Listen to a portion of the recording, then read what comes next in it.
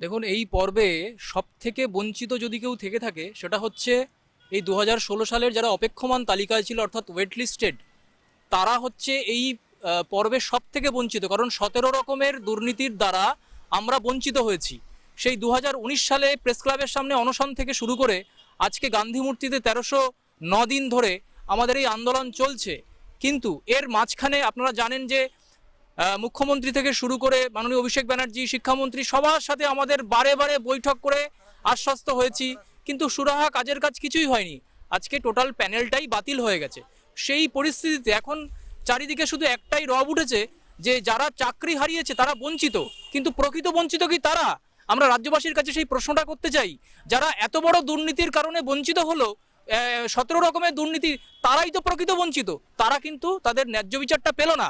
এখন আমাদের দাবি যে টোটাল যে ওএমআর, আগের দিন এসএসসি চেয়ারম্যান বৈঠকে ঠিক বলেছেন যে সকলের ওএমআর, আমরা এখন চাইছি যে সকলের ওএমআরটা প্রকাশ হোক এবং তারা রিভিউ পিটিশন করুক সুপ্রিম কোর্টে গিয়ে, যে যারা চাকরি হারিয়েছে তাদের সাথে সাথে যারা বঞ্চিত, অপেক্ষমান তালিকায় যারা বঞ্চিত, তাদের কথাও যেন সেই রিভিউ পিটিশনে থাকে নিয়োগ দেওয়ার জন্য।